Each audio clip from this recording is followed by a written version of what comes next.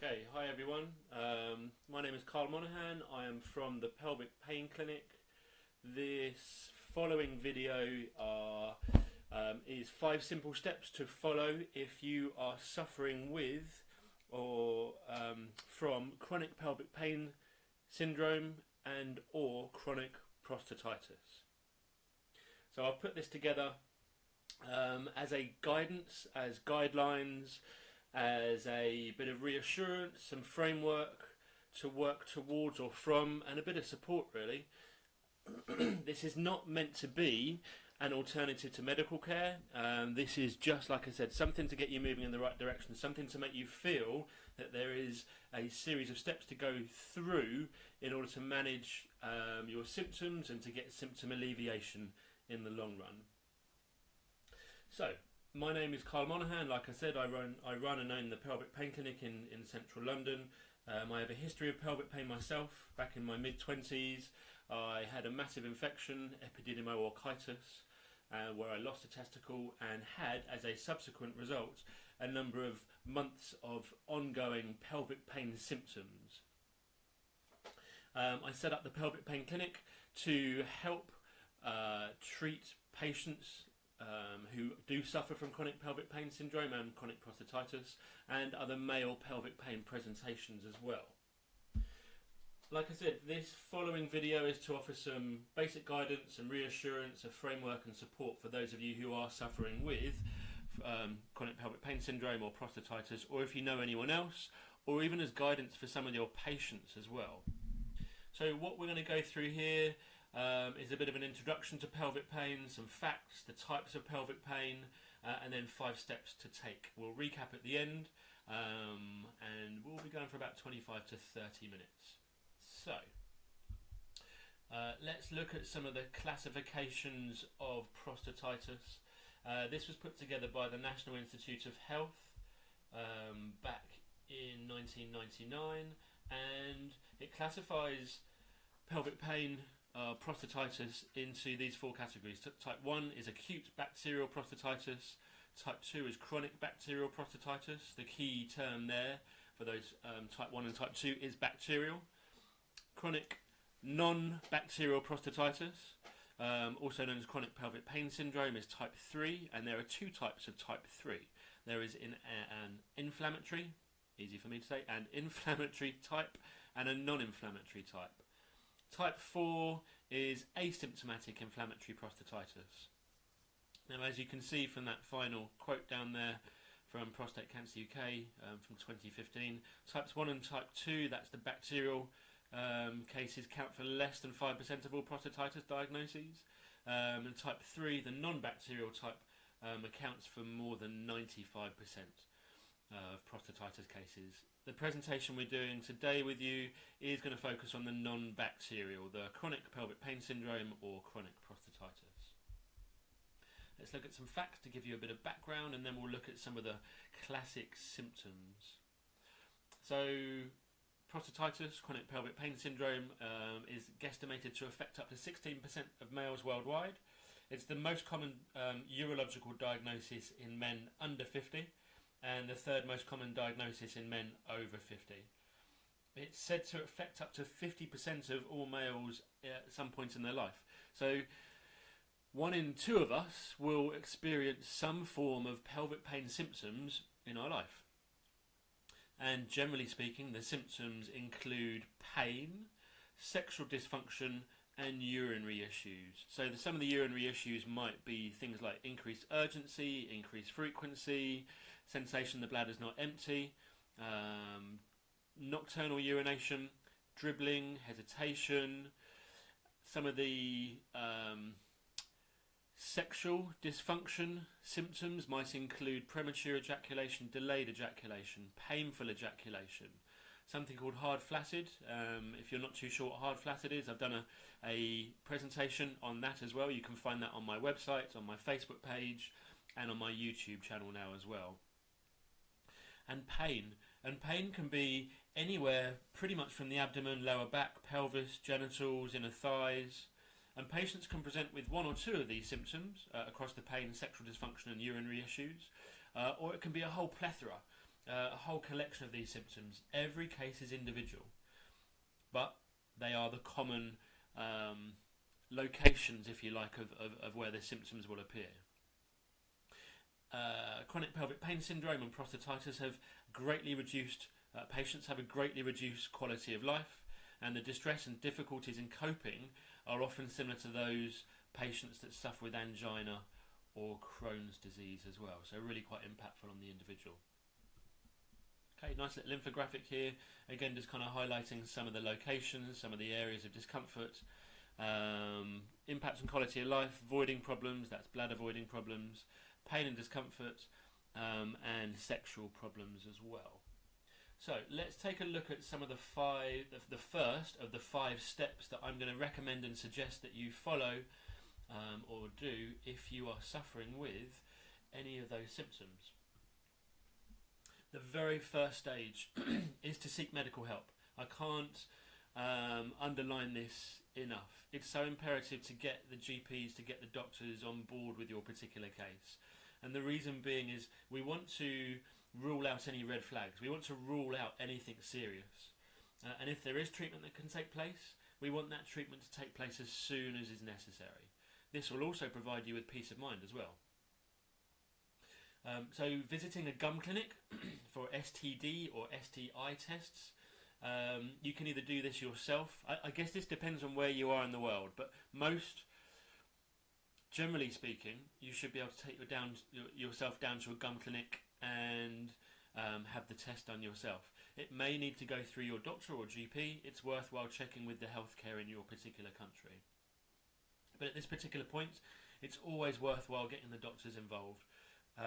Generally speaking, we guys are not very good at talking about our health concerns, talking about our health worries, or even going and seeing the GP or doctor or urologist or specialist about any health concerns and worries we have. We'll often leave them to manifest, sometimes get worse, sometimes disappear.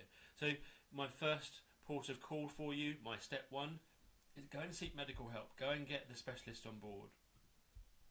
Stage 2 is to get the tests done and take the medication if they suggest and advise taking medication. This isn't a long-term thing. Sometimes it's just a case of bringing symptoms under control. Sometimes it's a case of taking the medication in order to reduce and obliterate the symptoms in the first place. Now, more often than not, you'll need to get a referral to a urologist for additional testing. Some of the tests may involve some of the following, and the following tests will largely depend on your presenting symptoms, the healthcare in your country, and the specialist training of your urologist. So it might include things like PSA testing, STI or STD screen, a flow test to check for peak flow, rate of flow, strength of flow, and the duration of flow. This is urine flow, by the way. A flexible cystoscopy is a camera that will be passed down through the urethra to check for any blockages and any symptoms, any signs within the bladder itself. You may have a urethral swab and or urethral culture taken, blood test, and this may go beyond just the actual PSA test. Semen analysis, urine analysis. You may get an MRI of your pelvis and or back as well, and ultrasound of your bladder or testicles. Again, it very much depends on where your symptoms are and what your presenting case is like. In some countries, you can get what's previously been known as a 4-glass STAMI test, although the pre and post prostate massage urine sample has mostly replaced the STAMI test. So that's a pre-urine sample and a post-urine sample, and in the middle there's a prostate massage that takes place. You'll need to see a urologist to get these specialist tests done. But once you've had the tests, then it may simply be a case of ruling out anything sinister, anything that needs medical assistance. You may be prescribed some medication. Like I said, follow the course of medication. It's so important that we get the medical world involved with this as well. So, step 1, seek medical help. Step 2, have the test done and take the medication. My step 3 is, if you're not seeing any symptom alleviation, or you want to understand a little bit more around the symptoms and current treatments, then it's to read up. There is a huge body of literature around chronic or persistent pain states, much more so than we've ever known beforehand. Our understanding is so much more advanced now around persistent and long-standing pain states, complex pain states, than it's ever been before. And this is really, really important and also greatly encouraging for recovery for patients. Be informed. Okay, for me this is essential. It means that you're able to take what's being told to you and assimilate it yourself. By having a greater understanding as to what's going on, then it means you're able to manage and deal with things far more effectively. There are also more books out there about non-bacterial prostatitis other than Headache in the Pelvis. Now for me, Headache in the Pelvis was pretty much the first book I came across. Its first edition launch was the same year that I came down with my symptoms itself, and it was and is still a pioneering venture. However, there are other books around the subject matter now as well, and I think probably books that are slightly better written, just offer a slightly different approach, and again, I think it's important to read around the subject. So, on my website, there is an article I have written that outlines a range of books that are available for therapists and for patients themselves.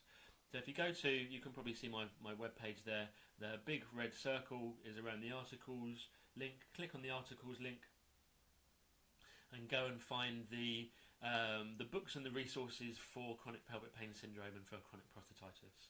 There's a little bit of a brief introduction to each book and the reason why I feel they're really beneficial, and also good reads for you as well. Like I said, it's important to be informed about your decisions and your options ahead of you as well. It'll also make you feel like you've got more options ahead, because one of the worst things about having pelvic pain is the number of dead ends that you may end up experiencing and the lack of options that come out of that as well. So by reading around the subject, I feel you'll be better informed, you'll have a greater understanding as to what's going on with your particular case. On the back of that, and this isn't pelvic pain specific, but on the back of that, I'm going to suggest that we take a look at a really great resource being put together by a guy called Greg Lehman. It's called Recovery Strategies. It's a pain guidebook.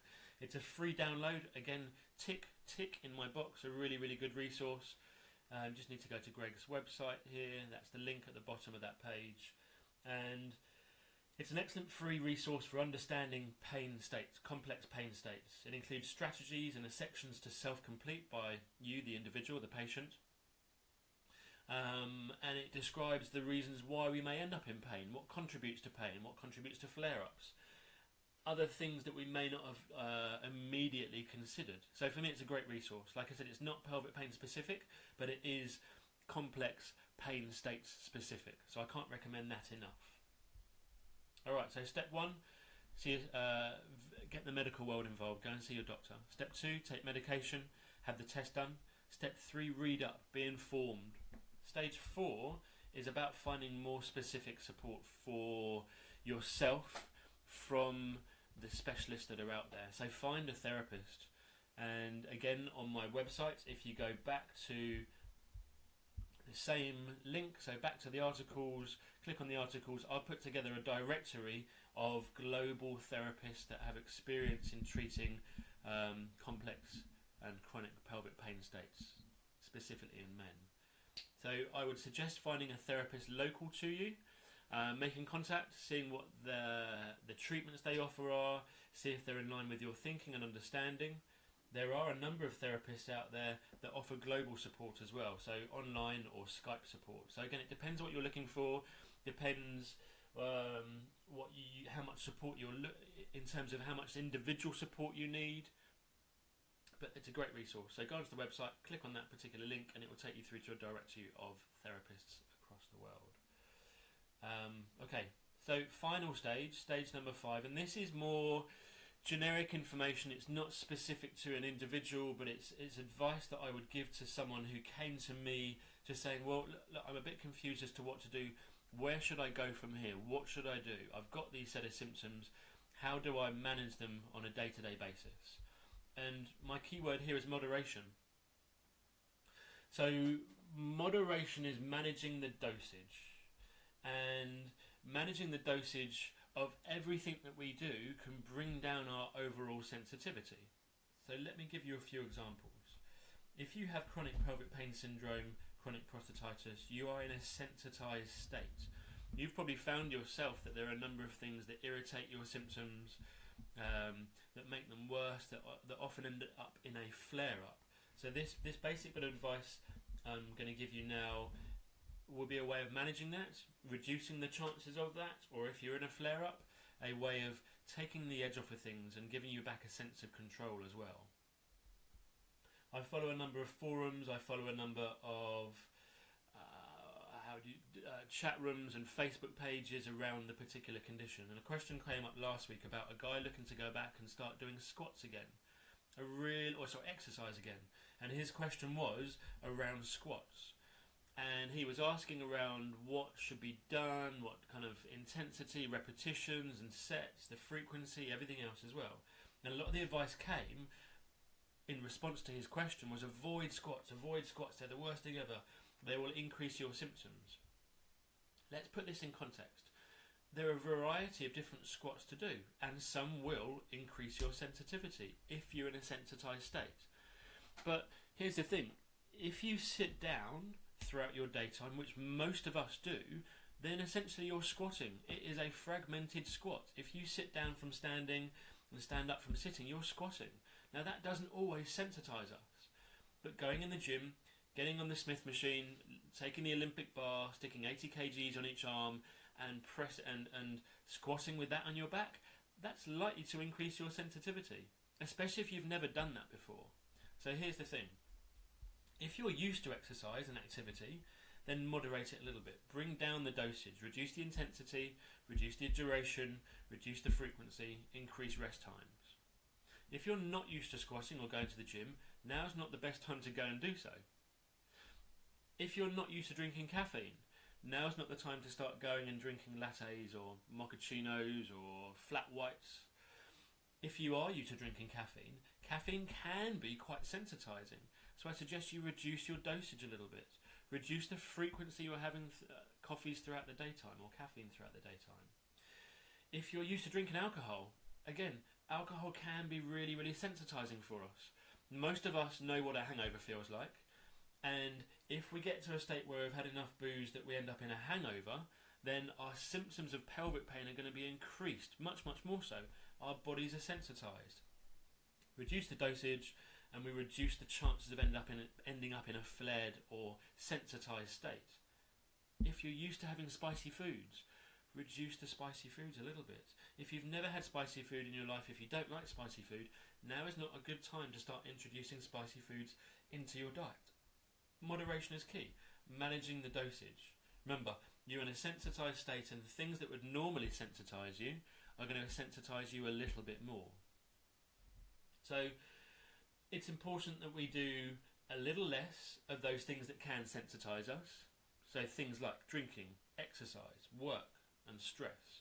In as much as we possibly can, it's really, really important to manage these.